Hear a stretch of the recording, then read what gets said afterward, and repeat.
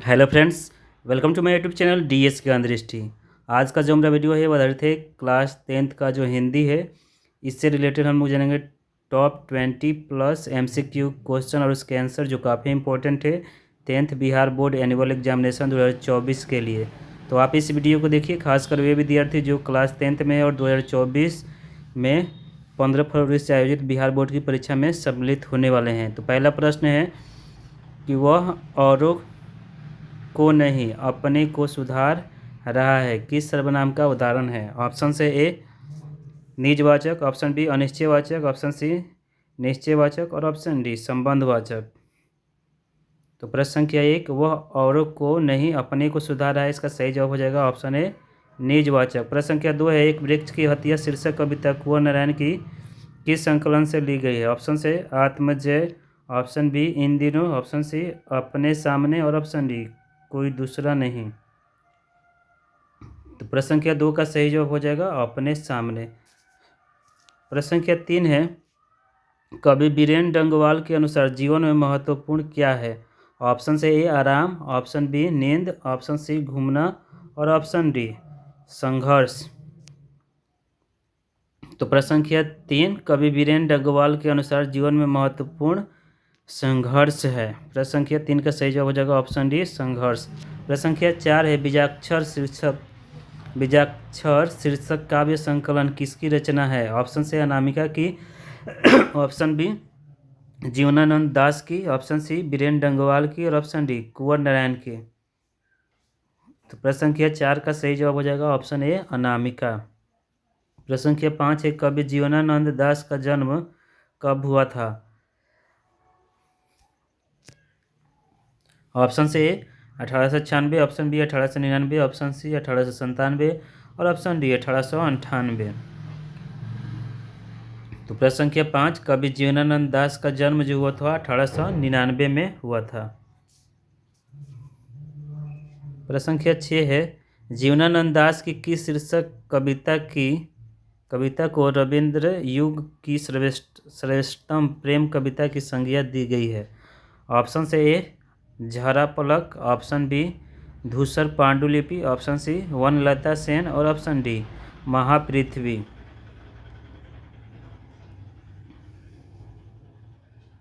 तो प्रश्न संख्या 6, जीवनानंद दास की जो वनलता सेन कविता है इसे रविंद्र युग की श्रेष्ठतम प्रेम कविता की संज्ञा दी गई है। तो प्रश्न संख्या 6 का सही जवाब हो जाएगा ऑप्शन सी वनलता सेन। प्रश्न संख्या 7 है, सुनीता रो रही है किस काल का उदाहरण है? ऑप्शन से वर्तमान काल का, ऑप्शन बी भूतकाल का, ऑप्शन सी भविष्यत काल का और ऑप्शन डी इनमें से कोई नहीं। तो प्रश्न संख्या जो 7 है, सुनीता रो रही है, इसका सही जवाब हो जाएगा ऑप्शन ए वर्तमान काल।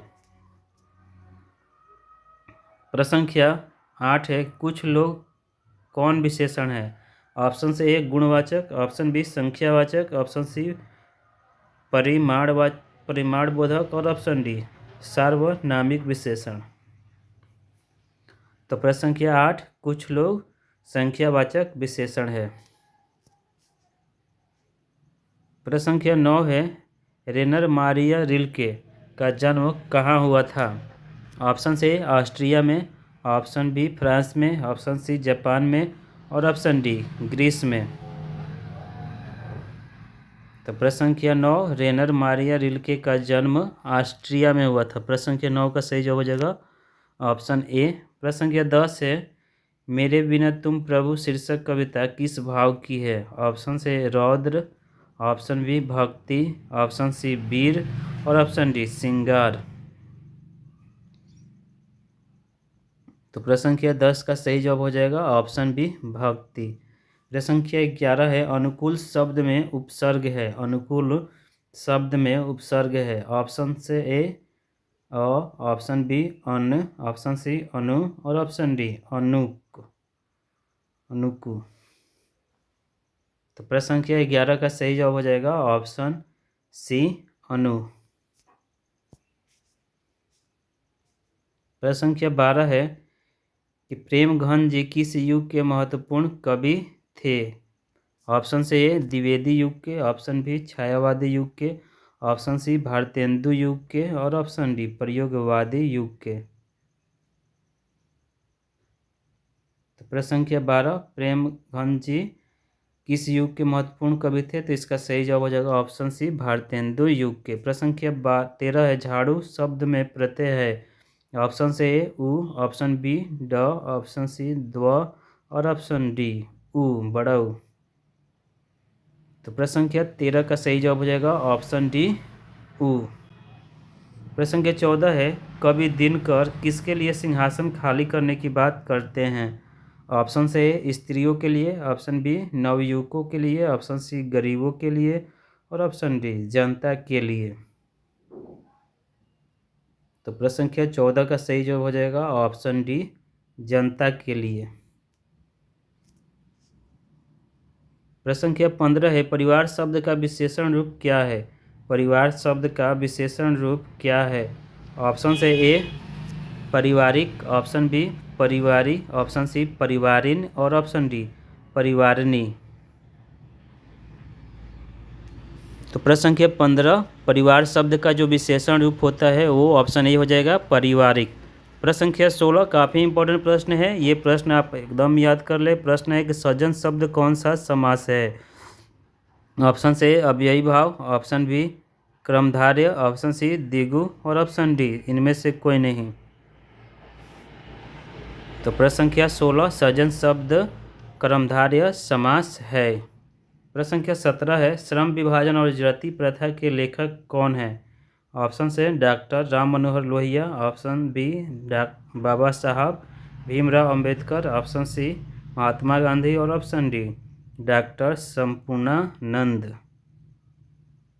तो प्रश्न संख्या 17 श्रम विभाजन और जाति प्रथा के जो लेखक है वो बाबा साहब भीमराव अंबेडकर हैं। प्रश्न संख्या 18 है, प्रश्न है भारत से हम क्या सीखे पाठ के रचनाकार हैं? ऑप्शन से A Max Muller, option B Rabindranath Tagore, option C Ramvilas Sharma और ऑप्शन डी गुणाकर मूले। तो प्रश्न संख्या 18 भारत से हम क्या सीखे के जो रचनाकार है वो मैक्स मुलर जी हैं। प्रश्न संख्या 19 से किस भारतीय को सर्वप्रथम नोबेल पुरस्कार प्राप्त हुआ? ऑप्शन से मैक्स मुलर को, ऑप्शन बी रविंद्रनाथ टैगोर को, ऑप्शन सी रामविलास शर्मा को और ऑप्शन डी गुणाकर मूले को। तो प्रश्न संख्या 19 का सही जवाब हो जाएगा ऑप्शन बी रविंद्रनाथ टैगोर को 1913 में सर्वप्रथम नोबेल पुरस्कार मिला था। और पहले ऐसे भारतीय जिन्हें नोबेल पुरस्कार मिला वो शांति के साहित्य के क्षेत्र में मिला था, जो इनकी पुस्तक है गीतांजलि। गीतांजलि के लिए इन्हें 1913 में नोबेल का साहित्य पुरस्कार मिला था। प्रश्न संख्या 20 से गांधी जी का जन्म दिवस किस दिवस के रूप में मनाया जाता है? ऑप्शन से अहिंसा दिवस के रूप, ऑप्शन ए है हिंसा दिवस के रूप में, ऑप्शन बी अहिंसा दिवस के रूप में, ऑप्शन सी स्वतंत्र दिवस के रूप में और ऑप्शन डी इनमें से कोई नहीं। तो प्रश्न संख्या जो 20 है, गांधी जी का जन्म दिवस हम लोग अहिंसा दिवस के रूप में मनाते हैं। महात्मा गांधी भारत के राष्ट्रपिता हैं और इनका जन्म 2 अक्टूबर 1869 को पोरबंदर नामक स्थान गुजरात में हुआ था। और इनके जन्म दिवस को हम लोग हर साल अहिंसा दिवस के रूप में मनाते हैं और इसे अब अंतर्राष्ट्रीय अहिंसा दिवस के रूप में भी मनाया जाता है। ये भारत के राष्ट्रपिता कहलाते हैं क्योंकि इन्होंने भारत के स्वतंत्रता संग्राम में, भारत को स्वतंत्र कराने में इन्होंने अग्रणी भूमिका निभाई थी। तो फ्रेंड्स ये था हमारा आज का वीडियो जो आधारित था क्लास 10th का जो हिंदी है उसके टॉप 20 MCQ क्वेश्चन और उसके आंसर पे आधारित था हमारा आज का वीडियो। तो आप इस वीडियो को अवश्य देखें, खासकर वे विद्यार्थी जो क्लास 10th के स्टूडेंट हैं और 15 फरवरी 2024 को आयोजित बिहार बोर्ड की परीक्षा में बैठने वाले हैं, उनके लिए मोस्ट इम्पॉर्टेंट वीडियो है। इस वीडियो को आप अवश्य ही देख कर जाइए क्योंकि इस वीडियो से काफ़ी क्वेश्चन आपके परीक्षा में आने वाले हैं। तो इस वीडियो को देखने के लिए आप सभी का बहुत बहुत धन्यवाद। इस चैनल पर आप पहली बार विजिट कर रहे हैं तो चैनल DS ज्ञान दृष्टि को सब्सक्राइब कर ले और बेल आइकन को दबा दें जिससे जो भी हम वीडियो बनाऊं उसका नोटिफिकेशन आपको मिल जाए। तो इस वीडियो को देखने के लिए सभी का धन्यवाद।